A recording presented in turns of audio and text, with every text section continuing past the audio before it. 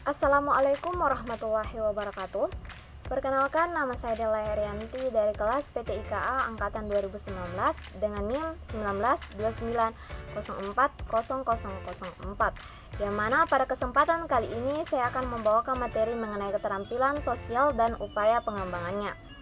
Memasuki materi yaitu yang pertama adalah pengertian mengenai keterampilan sosial, yang mana keterampilan sosial adalah istilah dari para ahli psikologi yang merujuk pada penguasaan keterampilan berperilaku tertentu pada anak sesuai dengan perkembangannya. Keterampilan sosial terdiri dari kata terampil dan sosial, yang mana kata terampil ini berasal dari terampil yang digunakan karena di dalamnya terkandung sebuah proses belajar, yang mana dari tidak terampil menjadi terampil. Kemudian kata sosial digunakan karena bertujuan merupakan pelatihan yang mengajarkan kemampuan berinteraksi dengan orang lain kepada individu-individu yang tidak terampil menjadi terampil berinteraksi dengan orang-orang di sekitarnya, baik dalam hubungan formal maupun informal. Kemudian definisi lain dari keterampilan sosial menurut Libert dan Levinson pada tahun 1977 yang menjelaskan keterampilan sosial sebagai kemampuan kompleks baik yang digunakan untuk menghasilkan dan memperkuat perilaku positif atau untuk mengeluarkan dan mematikan perilaku negatif dengan hukuman. Kemudian definisi lainnya dikemukakan oleh Combs dan Slady yang menjelaskan jika keterampilan sosial adalah kemampuan untuk berinteraksi dengan sesama dalam konteks sosial dalam suatu cara tertentu yang saling menguntungkan satu sama lain. Kemudian definisi keterampilan sosial menurut Rower tahun 1977 membagi keterampilan sosial ke dalam perilaku dan dimensi kognitif, yaitu komponen keterampilan dan keterampilan proses, yang mana komponen keterampilan adalah elemen tunggal yang dapat terlihat seperti anggukan atau urutan perilaku yang digunakan dalam interaksi sosial, seperti salam pembuka atau salam perpisahan. Sementara untuk proses sosial dapat diartikan dengan kemampuan individu untuk menggenerasikan keterampilan perilakunya menurut peraturan dan tujuan dalam memonitor feedback sosial. Kemudian pengertian lainnya menurut Eisler dan Frederickson tahun 1980 yang menjelaskan jika keterampilan sosial mempunyai aspek yang dapat diamati dan unsur kognitif yang tidak dapat diamati, yang mana unsur kognitif tersebut seperti dugaan, pemikiran, dan keputusan tentang apa yang seharusnya dikatakan atau dilakukan, tentang apa yang seharusnya dilakukan selama atau setelah proses interaksi berlangsung. Kemudian, faktor dalam pemilihan keterampilan sosial, yang mana dalam menentukan keterampilan sosial, apa yang harus diajarkan pada anak, sangat mungkin untuk menerapkan sekumpulan norma-norma umum yang telah ditetapkan oleh berbagai ahli, seperti kompetensi perilaku apa yang diperlukan sebagai seorang anak dalam budaya kita, dan kriteria khusus yang dibutuhkan oleh seorang anak dianggap telah berkompeten. Karakteristik individu peserta didik meliputi kurang keterampilan atau skill defisit, jenis kelamin, umur, dan tingkat perkembangan siswa. Adapun faktor sosial yang meliputi sosial dan budaya lingkungan di mana keterampilan digunakan, validasi sosial keabsahan, pandangan peserta didik, orang dewasa yang berperan, serta dalam keterampilan yang diajarkan. Kemudian tujuan dan hasil yang diinginkan dari petunjuk dan perilaku penting yang diajarkan untuk memperoleh hasil yang diinginkan. Kemudian faktor dalam pemilihan keterampilan sosial yang pertama itu karakteristik peserta didik, yang mana peserta didik memiliki kedudukan sebagai seorang individu yang memiliki karakteristik yang membedakannya dengan individu lainnya. Ciri-ciri, sifat atau karakteristik seorang individu ini dapat berupa karakteristik yang ada dari bawaan bayi atau dapat pula karakteristik dari hasil yang diperolehnya di lingkungannya. Pembicaraan mengenai karakteristik individu peserta didik, 3 hal yang perlu diperhatikan menurut Desmita, yaitu yang pertama, karakteristik yang berkenan dengan kemampuan awal atau skill seperti kemampuan intelektual, kemampuan berpikir, dan hal-hal yang berkaitan dengan aspek psikomotor. Kemudian yang kedua ada karakteristik yang berhubungan dengan latar belakang atau status sosiokultural, dan terakhir adalah karakteristik yang berkenan dengan perbedaan-perbedaan kepribadian, seperti sikap, perasaan, minat, dan lain-lainnya. Kemudian faktor selanjutnya adalah tahap perkembangan, yang mana tahap perkembangan adalah seperangkat karakteristik peserta didik yang digunakan untuk mengidentifikasi keterampilan sosial yang diajarkan. Dua teori perkembangan yang menekankan pada kontribusi faktor psikologis terhadap sosialisasi, seperti teori Erikson dan Freud, yang mana kedua model ini menyajikan sistem perkembangan sosialisasi yang sama dari bayi hingga dewasa, dengan serangkaian tahap yang harus dikuasai pada setiap tahap perkembangan, terutama meliputi pengembangan hasil interaksi dari perilaku sosial dengan sosok yang signifikan dalam lingkungannya. Dalam tahap perkembangan, ada usia yang patut menjadi perhatian. Pelatih keterampilan sosial perlu menyadari perbedaan secara kualitatif antara norma perilaku anak dan dewasa, yang mana West dan Oledix memberikan contoh seperti perbedaan dengan analisis perilaku detail dari asertif yang ditunjukkan oleh anak laki-laki yang telah diidentifikasi sebagai tanda perkembangan interpersonal yang sukses. Kemudian faktor selanjutnya adalah gender, yang mana selain usia dan perbedaan tingkat perkembangan, ada perbedaan gender yang jelas.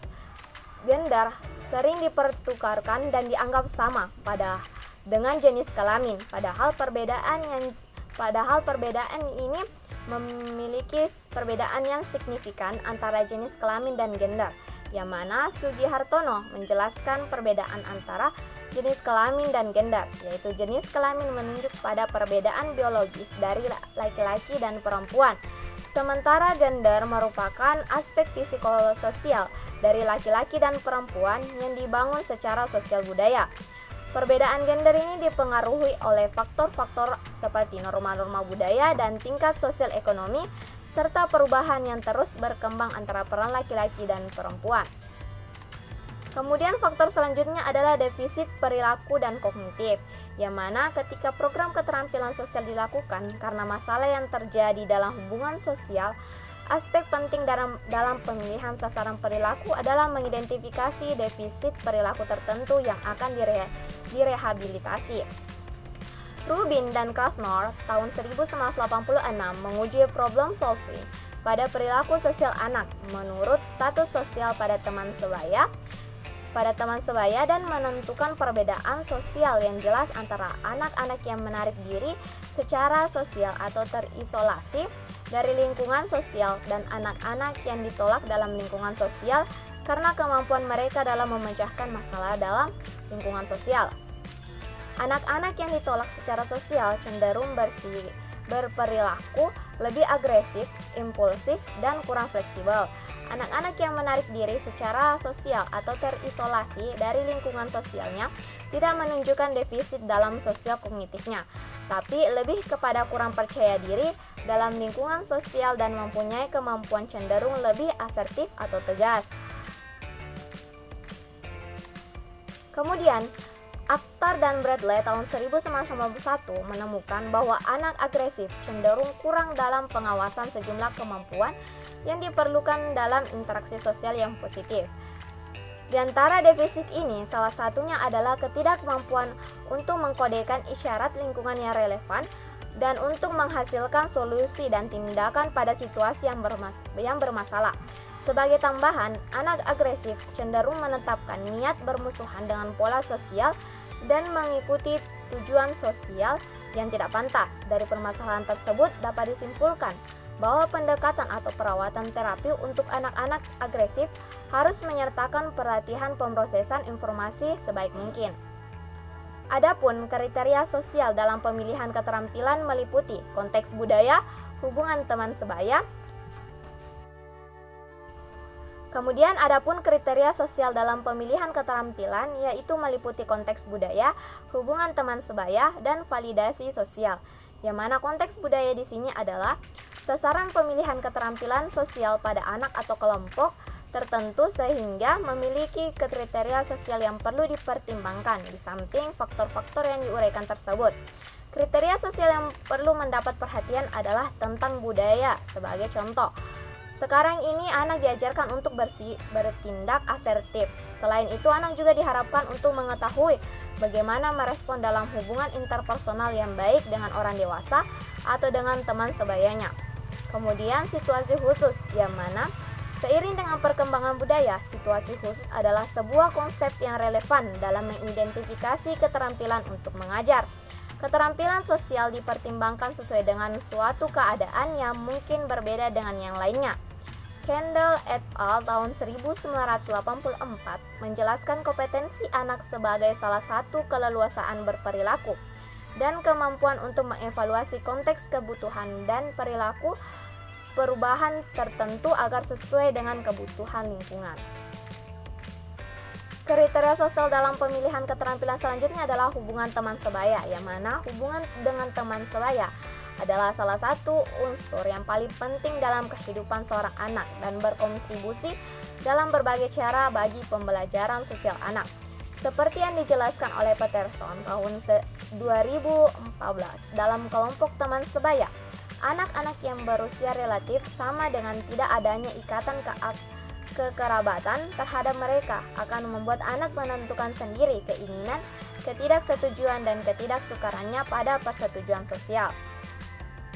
Kemudian, Sren et al. Tahun 1984 menunjukkan pentingnya hubungan sebaya terhadap sasaran pemilihan perilaku untuk anak seharusnya melibatkan orang-orang yang dekat dengannya saat berhubungan dengan teman sebaya di luar lingkungan instruksional dan menghasilkan hasil yang positif. Beberapa perilaku yang disarankan seperti inisiasi sosial, imitasi, berbagi, dan kasih sayang. Kemudian yang terakhir dalam kriteria sosial dalam pemilihan keterampilan adalah